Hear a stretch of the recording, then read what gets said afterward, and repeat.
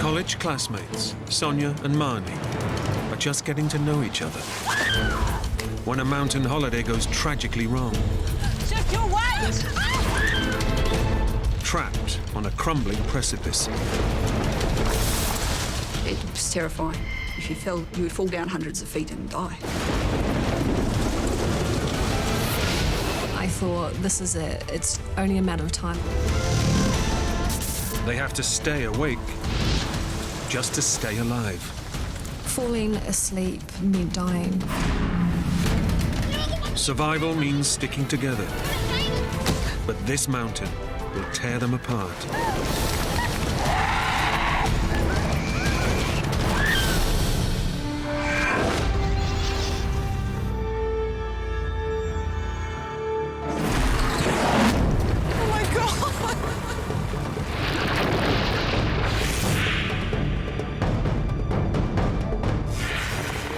She started to think that we could die there.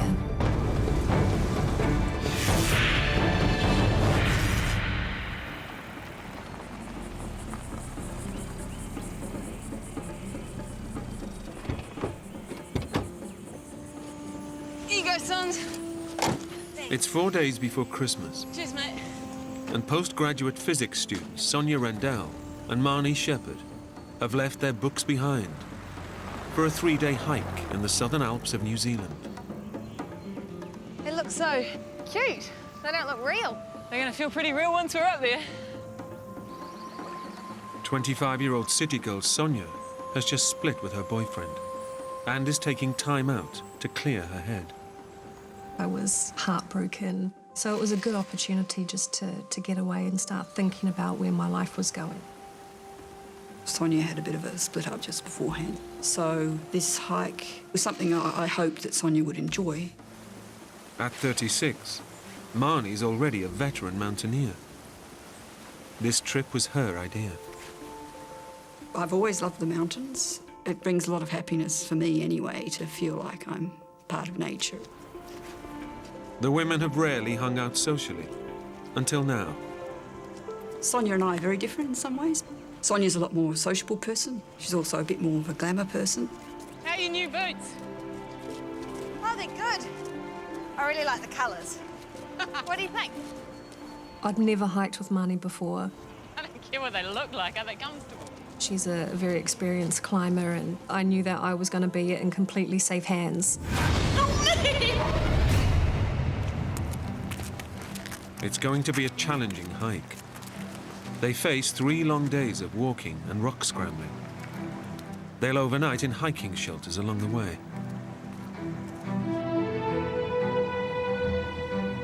Marnie's come up with a 60-kilometre route that will take them through mountain passes, right across the southern Alps to the west coast.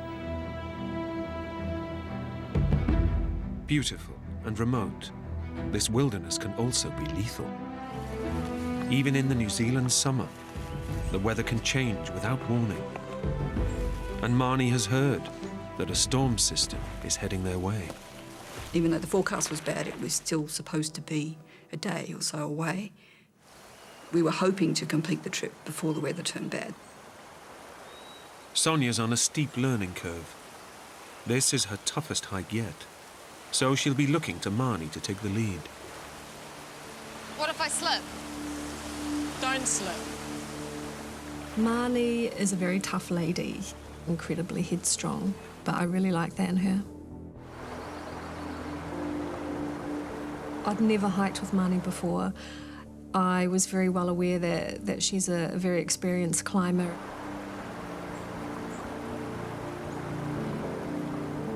There are some tricky bits, but I think it's a really great trip to take someone who wants to see the real mountains.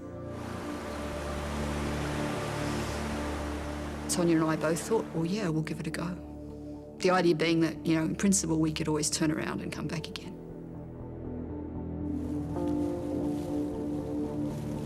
The hike starts out well, and the weather is holding.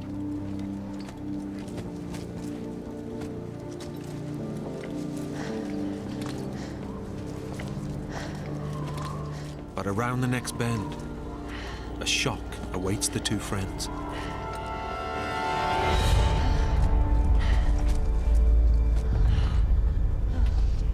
wasn't expecting that. Deep in the shadow of the canyon pass, a gigantic wall of winter snow has survived right into the height of summer. It was quite beautiful. It was just this massive, smooth stretch of ice that covered the base of the mountain. But alpine expert Marnie instantly recognizes the ice is a big problem. We're talking 4 or 5 stories high, not something you can just throw yourself up and hope to get over. It was firm snow, very steep, you would need crampons. We won't even get 6 feet up there. Neither of the women wants to turn back, but the only alternative is to climb around the wall of ice blocking their path. But there's a bit of a path up there. It looked like there was a way of climbing up over the bluffs by the snow and hopefully sidle around the ice. It was still very steep and definitely a climbing route, but I do have a lot of experience on this kind of terrain, and I knew Sonia was, natural in the mountains. She hadn't done climbing, serious mountaineering, but I wasn't thinking it would be like that. I reckon we can do it.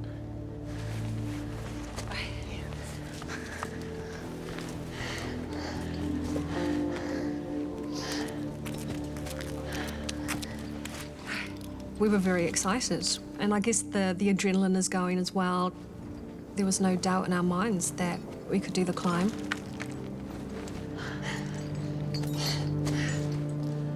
The women reach a ridge that should take them around the ice.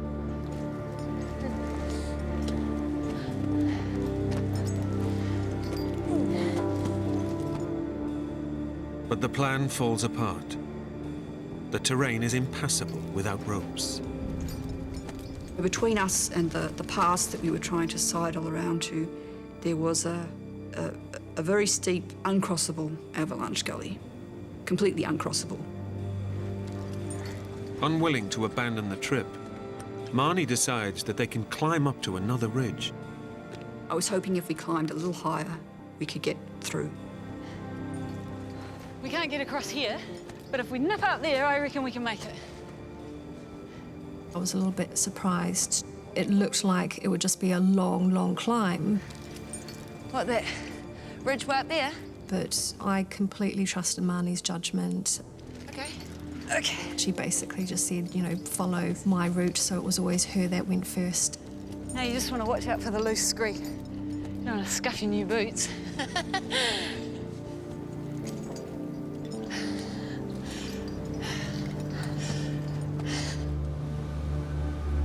What starts as a scramble quickly turns into a serious climb. And as they get higher, novice climber Sonia starts getting nervous. There were points where you didn't have proper handholds. It was quite a surreal experience because it was a mix between adrenaline and being scared and adrenaline and being scared again. Kick away the loose stuff and jam your toe into that bit.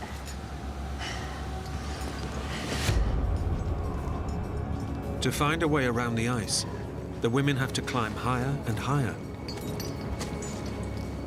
Marnie has underestimated the severity of the ascent and overestimated her friend's climbing ability.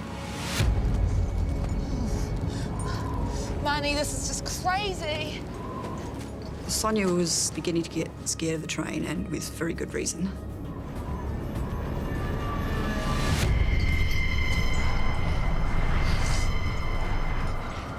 When I looked down, it was an incredibly long fall. It was just pure sharp rock. So if you did slip, then you were going to break some bones. That did set in panic for me. I froze on the side of the mountain.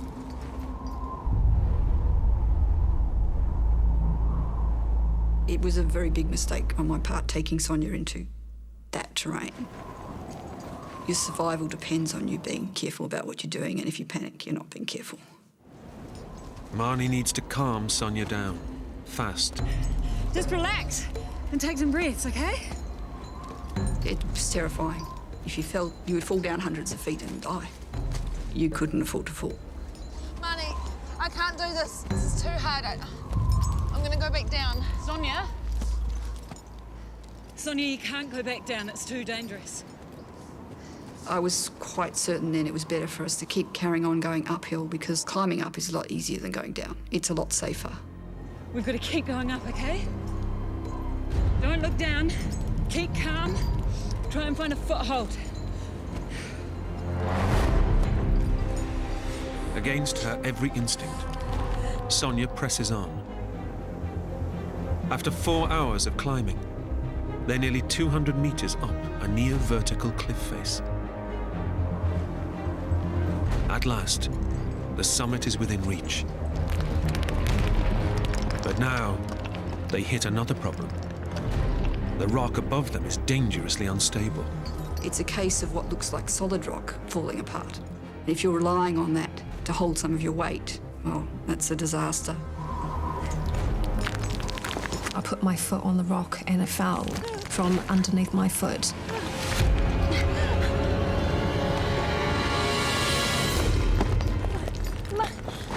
Mine is just crumbling. I couldn't hold on to the rock much longer. It was very scary. What do I do? Shift your weight!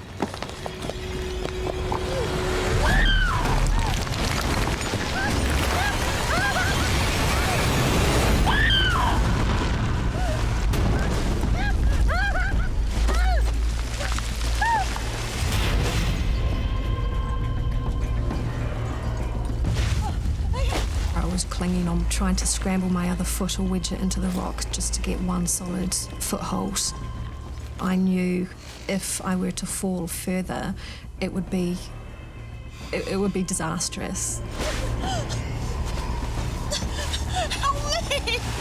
Sonia, look at me. I want you to Experienced climber Marnie has managed to scramble down. Okay. Now she has to calm Sonia and guide her back to safety. Now get that leg and swing it round. I've got you, Sonia. I've got you. Ready? Yep. Go.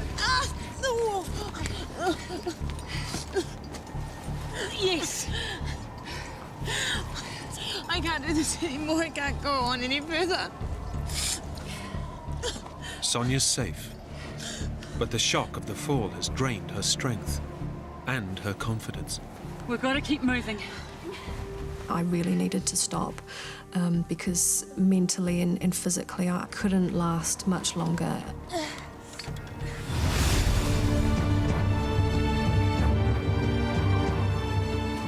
Come around and up.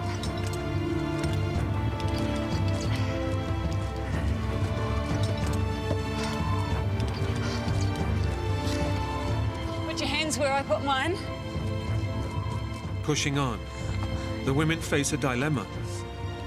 The terrain above is even steeper, yet going back down is out of the question. The rock quality was really poor. The rock you're standing on and the rock you're holding, all of it could just crumble. Marnie realizes she can't push Sonia any further. I want to stop. I can't go on. She needs to find a spot where they can take a break. I think I see something. There was a very small, flat patch, and it was the only safe place on that entire, cliff section.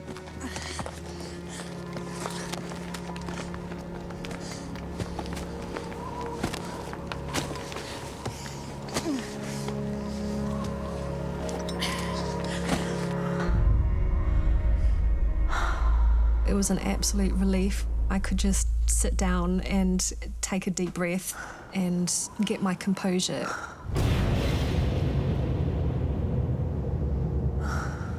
Marnie's decision to climb the rock face almost ended in tragedy. Now Sonia is regretting putting her life in her new friend's hands. What were you thinking, Marnie? I knew that I had climbed parts of that mountain which was just mad. I'm sorry. It's my fault. I was feeling bad that I'd got Sonia into this position, but also totally focused on getting out of it. We wait 5 minutes and then we push up to the top. Marnie knows that the top of the ridge isn't far above them. But Sonia just can't face another grueling climb. Emotionally, I was exhausted.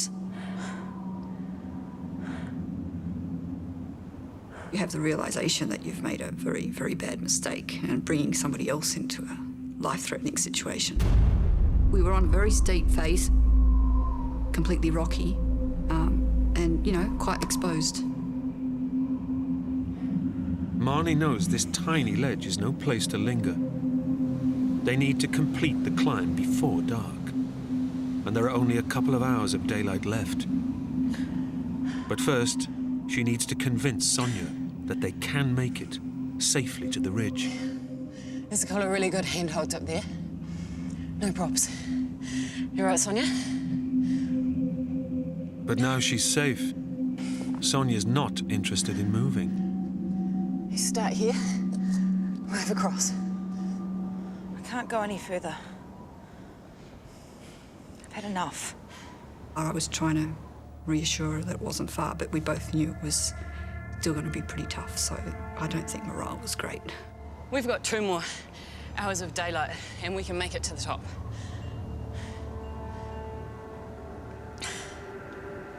No. I don't want to climb any further today. Sonia made it clear that we should stop for the night because that was enough. Marnie agrees. They'll start the climb afresh in the morning. She's praying the threatened bad weather holds off long enough for them to reach safety. Even though the forecast was bad, it really did look like it would hold for another, 24 hours or so. I was hoping that we would get up in the morning and it would just take us an hour or so to complete that section, and then we would be safe after that.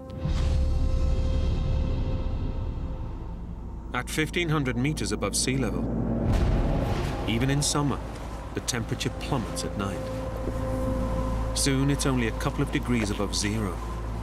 And since the women planned to overnight in hikers' huts, they brought barely any survival gear. I wasn't expecting it to be as cold as it was, and we weren't prepared in terms of, very warm clothing. Here we go. It was miserable. It's bitterly cold. But Marnie and Sonia figure it's only for one night. Keep it tucked in there. Then, dark clouds start to roll in.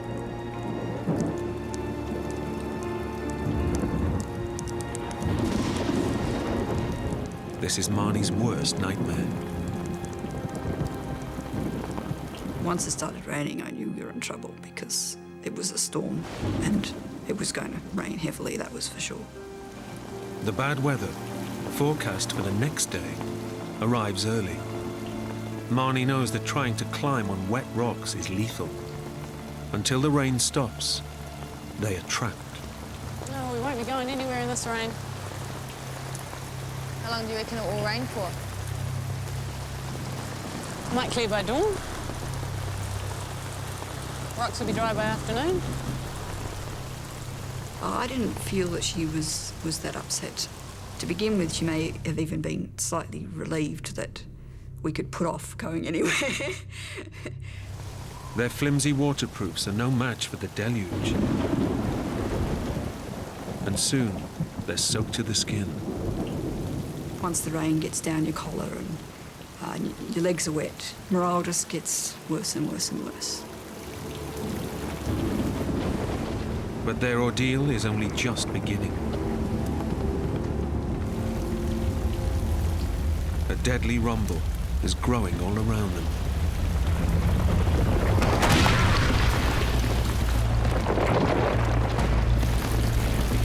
What was that?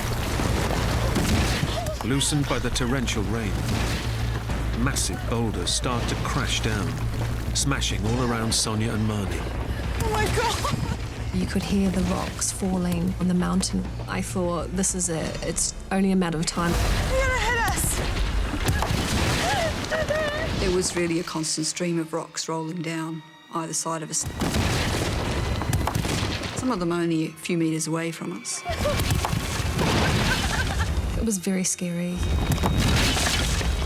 We just knew there was absolutely nothing we could do. All the women can do is pray that none of the rocks will smash into them. I just couldn't believe that we'd ended up in a situation like this. After what seems like an eternity, the rockfall eases. When they stopped, we were just absolutely relieved. But we just didn't sleep that night. We were so concerned about, what we were going to do in terms of the climb the next day.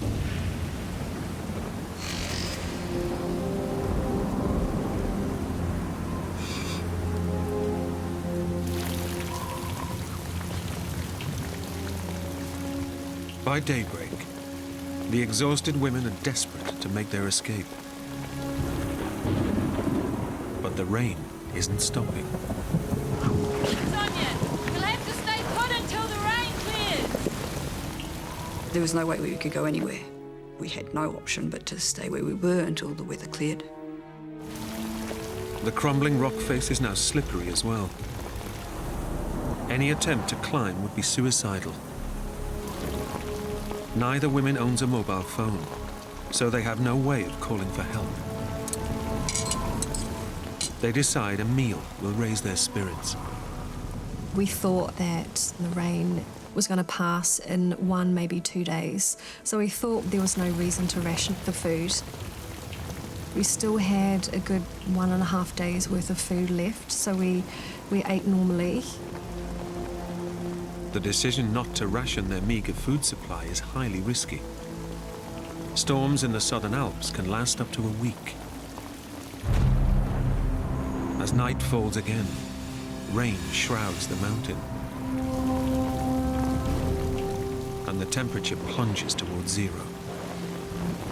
I am so cold. Soaking wet and chilled to the bone, the women start to shiver. And Marnie realizes this is becoming a survival situation. It was very clear from the start hypothermia was going to be the problem. Shivering is the body's attempt to generate heat. But if the women's core temperature keeps falling, the blood supply to their organs will eventually shut down. People usually die after a couple of days. As exhausted as they are, Marnie is afraid that if they fall asleep, they may go into a hypothermic coma from which they may never wake up. All the blood goes out of your brain and you go into a coma and then you die. Marnie told me that hypothermia was going to be a huge risk. The reality dawned that we're at the mercy of Mother Nature. Don't let me go to sleep. No, I won't. I was absolutely devastated. The women make a pact to keep each other awake, no matter what. We were the only two people that could keep each other alive. But they haven't slept for nearly 48 hours. And their body clocks are starting to rebel. Son, I made an effort to just constantly talk and be annoying to keep us both awake. son, no napping. Yeah. I promised you luxury accommodation, eh? But, I for myself, I was very conscious that I wanted to get Sonia out of this situation. I'd got her into it and I was determined.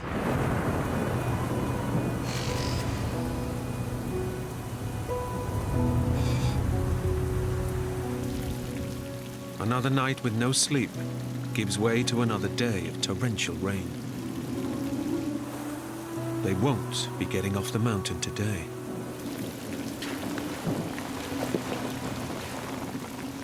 We're sitting on sharp rocks. You're actually in physical pain from being scrunched up. So you want to move. They've now spent 48 hours in a series of contorted positions, crushing their legs and causing a dangerous build-up of fluid. Okay, let's get these boots off. Our feet were swelling up and there was a real risk that tight boots would cut the circulation off in our feet. My feet were cramping up and incredibly painful. I had to do something. The only way to stop the agony is to remove their boots. that's good. It was a huge relief taking my boots off. But Sonia's feet are in a bad way. After days of being soaked, she's at risk of developing trench foot, a fungal infection that can lead to gangrene and blood poisoning. If they get any worse, she may not be able to resume the climb. The full repercussions of Marnie's decision to leave the trail and climb this isolated mountainside are beginning to unfold. The women aren't expected back until Christmas Day, 2 days away. So nobody will be raising the alarm. And now Marnie isn't sure they can last that long. I was very concerned that we were starting to deteriorate and at risk of falling asleep and not being able to wake up.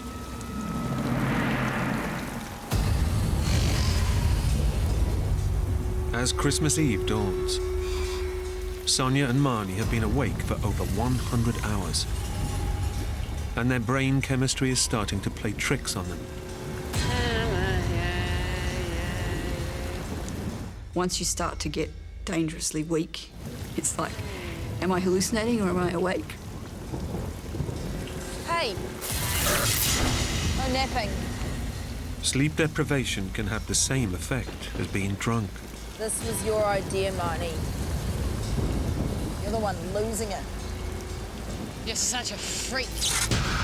It can also cause hallucinations.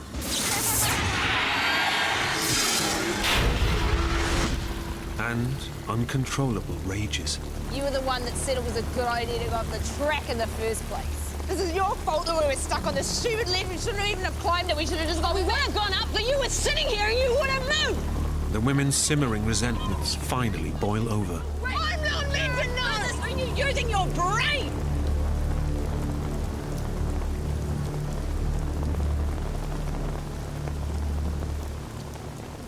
I was thinking what I'd done in my life to deserve punishment like this. I just wanted to go home. Run asleep. I was really worried that she was going to take a nap. If Sonia falls asleep, Marnie fears she will never wake up. We couldn't let ourselves go to sleep at all.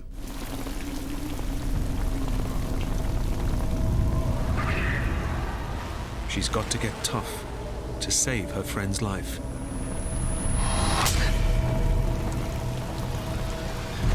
The violence sends adrenaline coursing through the women's bodies.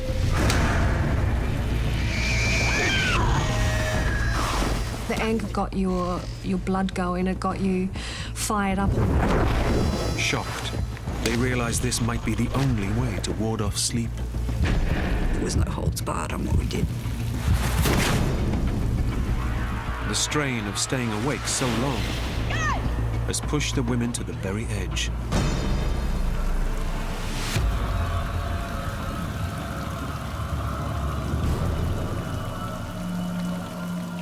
With Christmas just hours away, their relationship has entered uncharted territory. I would describe Money and I being in this love-hate relationship. You're standing on my foot. Oh, sorry, there's not a lot of room. Okay. You go this side, I'll go. It was just constant bickering. Ow, ow! Sorry. Watch me. Can you get out of the way? It's I'm really trying cold. to.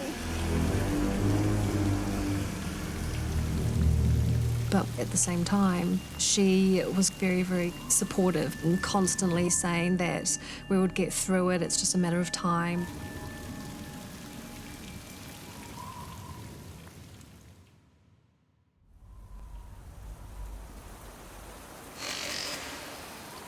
Christmas Day. The two friends are in no mood to celebrate. They're exhausted, numb with cold, and all they have left to eat is milk powder. They've tried to fend off dehydration by drinking rainwater, but are still constantly thirsty. We just couldn't stop thinking about wanting a drink of water.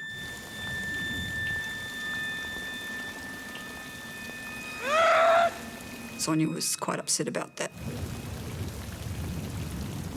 I just felt horrible. The dehydration basically makes your whole body feel incredibly weak, and you just have this incredible thirst constantly. But dehydration has a more sinister side. Even in the rain, if they don't drink 2 litres of water a day, their blood will thicken and their brains start to shrink, increasing exhaustion. We were getting to be in a bad way. Underneath it all, I was scared. I was worried we weren't going to survive much longer. There's a single glimmer of hope. Sonia's expected at her sister Nikki's house to celebrate Christmas, and she's sure her family will be wondering where she is. I already knew that my mother would be panicking. I was sure in my mind that it's only a matter of time before we get found. Here's to your mum. We were just really hoping we would get rescued in the next day or two. Sonia's no-show on Christmas morning has ruffled a few feathers at her sister's house. Where on earth is she? Well, I wouldn't be Sonia if she wasn't late, let's face it. We were kind of joking that typical Sonia. We thought, well, Sonia was going to be making a large, late entrance with, you know, drama and style. Sonia's family aren't at all surprised she hasn't shown up. As much as I love my sister, she's a right pain. Sonia's unreliable track record has come back to haunt her. The women believe Sonia's family must be raising the alarm. God, I've got... Convinced that help is on the way, they decide to share in the festivities and ease their raging thirst. Let's dig into some of this. Marnie had a bottle of wine that she was taking as a Christmas present. And we thought, what the hell, we know we shouldn't be drinking alcohol with no water, but we were going to have a bottle of wine on Christmas Day. Okay. By late afternoon, Nikki's annoyance at Sonia's absence has given way to concern. I wonder if you can help me. My sister's gone tramping and she hasn't returned. She drives to the National Park's mountain ranger station to raise the alarm. But she's only got a sketchy idea of her sister's route. Sonia told us that she was walking to one hut, and that's all I knew. Eventually, the rangers established that the women never arrived at the hiking hut they were heading for. At least 2? 5 days after their ordeal started, the women are declared missing. It was very scary. How could 2 people vanish from a track? 1 minute they were there, the next minute they were gone. On the frozen ledge, Sonia and Marnie wait for rescue to arrive.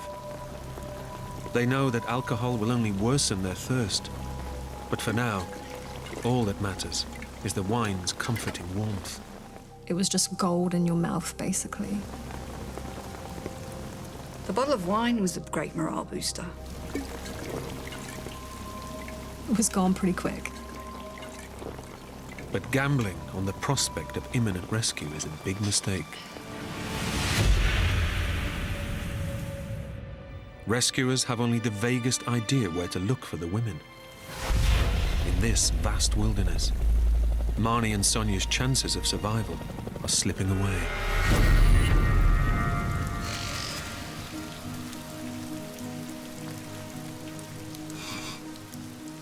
The fact that a whole day had passed and we hadn't been rescued was just heartbreaking. If there was an air search and rescue, we would have been rescued by now. The reality dawned that we were going to be stuck for some time. 16 kilometers away down in the valley, park rangers scramble rescue helicopters and foot patrols to hunt for the women.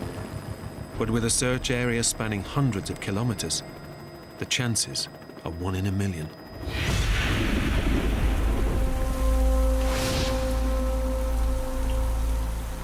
Back on the ledge, the women are regretting the bottle of wine. The alcohol has dehydrated them further, worsening their raging thirst. But violent winds make collecting rainwater impossible. Even though there was torrential rain, we couldn't collect any of that water. It was always at an angle that you just couldn't get to it.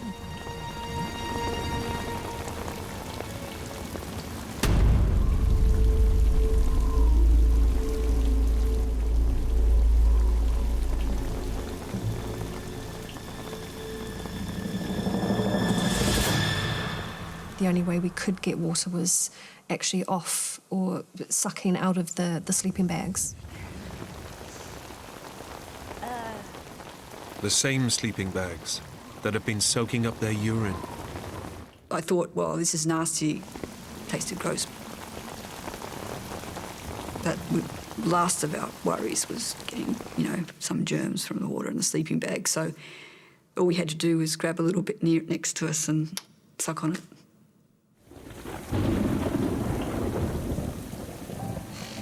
On the ledge, the women remain prisoners for a 7th day.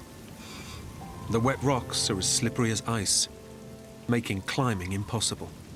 It really didn't stop raining at all. We were incredibly unlucky. I was depressed. The weather was still incredibly bad. It was getting colder and colder.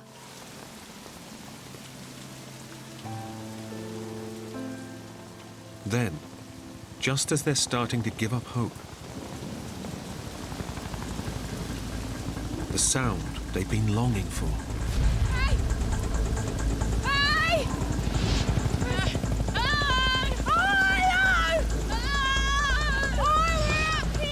We were absolutely over the moon.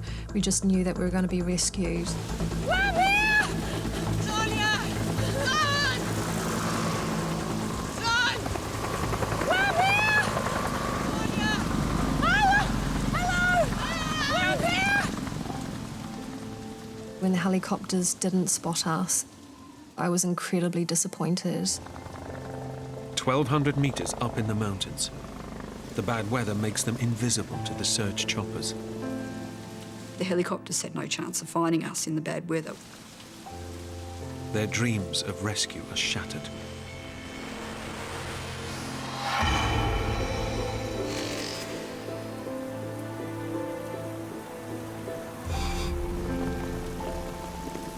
After more than a week on the rain-lashed ledge, the women's feet are becoming seriously infected.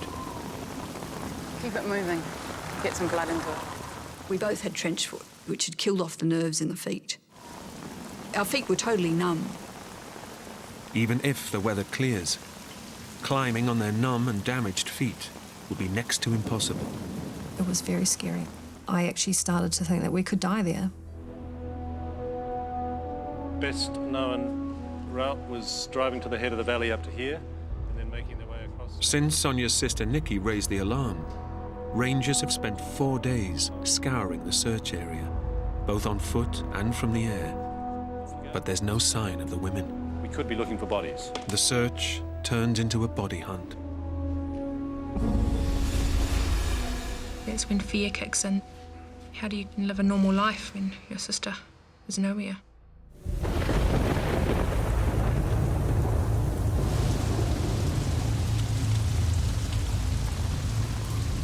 After 8 days of solid rain, Do you hear that? What? The rain. Don't hear the rain. the downpour finally stops. It's the answer to their prayers. Thank God. Hang on. No, this is no good.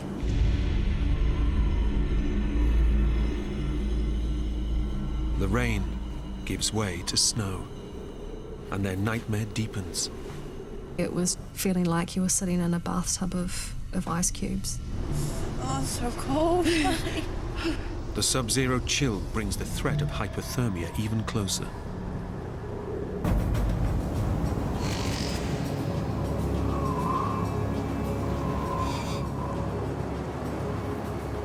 And by dawn, The freezing temperatures have attacked Sonia's exposed and swollen feet. Now, Sonia had frostbite on her feet. She was very distressed. But there was really nothing I could do about it. It was very scary. It was really your body starting to shut down. That's when I knew that, you know, even one more day or 2 more days, it could be it. Parched with thirst, Sonia can't resist eating the snow, even though she knows it could catastrophically lower her core body temperature.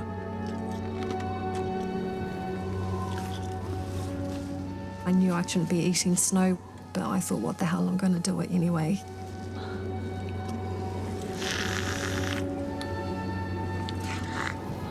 I was desperate and I needed to have it.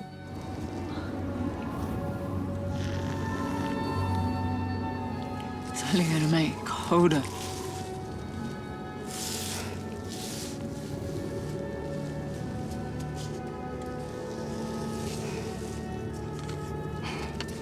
We were beyond desperate at that stage.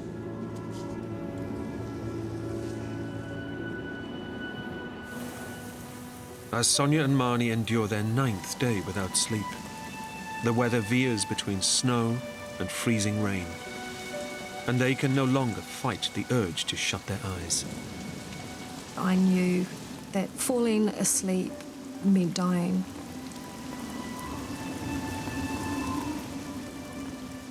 I just really needed to let go.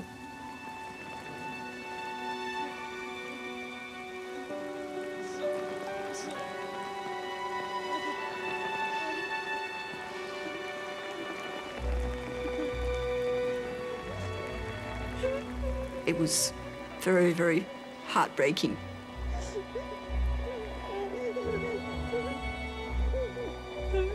You start to lose your resolve. You start thinking like, oh, maybe I could have a little bit of a nap. It's a sign that you're probably about to die yourself.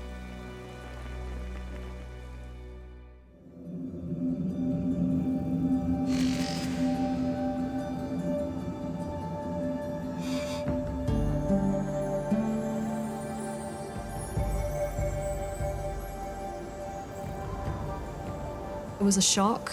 We could actually see some blue sky. It was the best thing that we'd ever seen. Realizing that no rescuers are coming, Marnie and Sonia decide to take their fate into their own hands. I don't want to wait to get caught here in another storm. I was so incredibly weak and so incredibly tired, but we were determined that we would definitely climb out no matter what. Yeah, let's get out of here. If we died trying to climb out, that was better than dying in that crack. When the rock dries, they'll climb.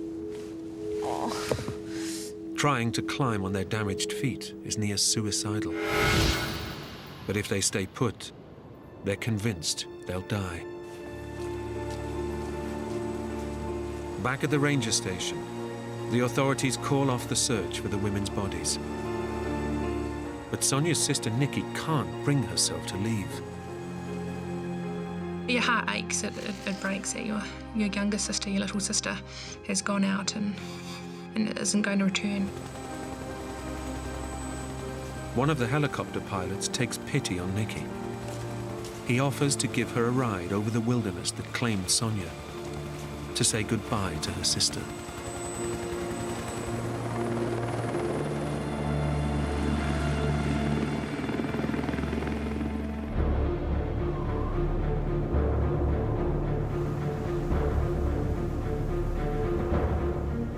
The women prepare to climb.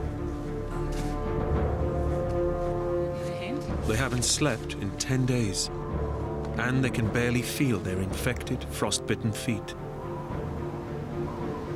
My feet were swollen to the point where your skin was going to crack. But the only thing that we were thinking about was how we were going to climb out. They're determined to escape their prison, or die in the attempt.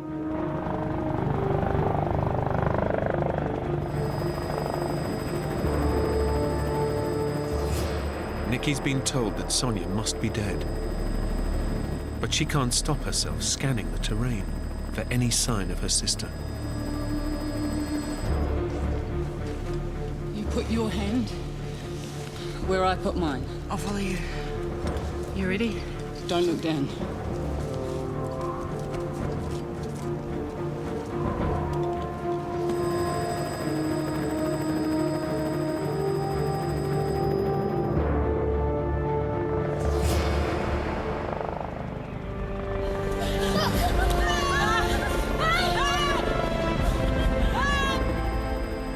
By some miracle, Nikki has stumbled across Sonia and Marnie amid hundreds of square kilometres of wilderness. It's my sister!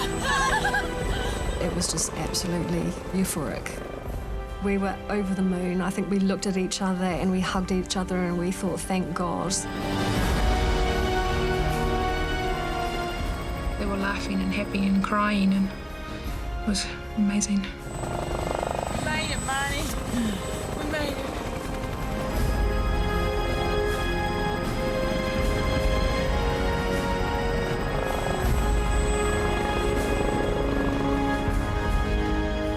The word relief is an understatement.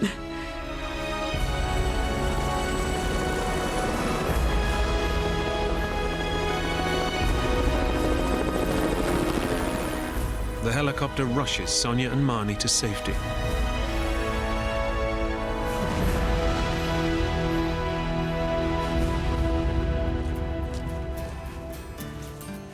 The wrecked nerves in the women's feet take 3 painful weeks to grow back.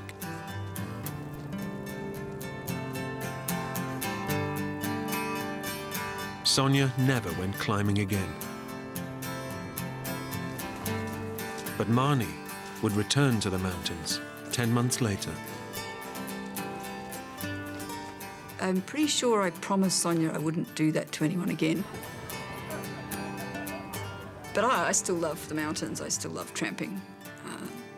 And I'm definitely more careful now about what I do with people.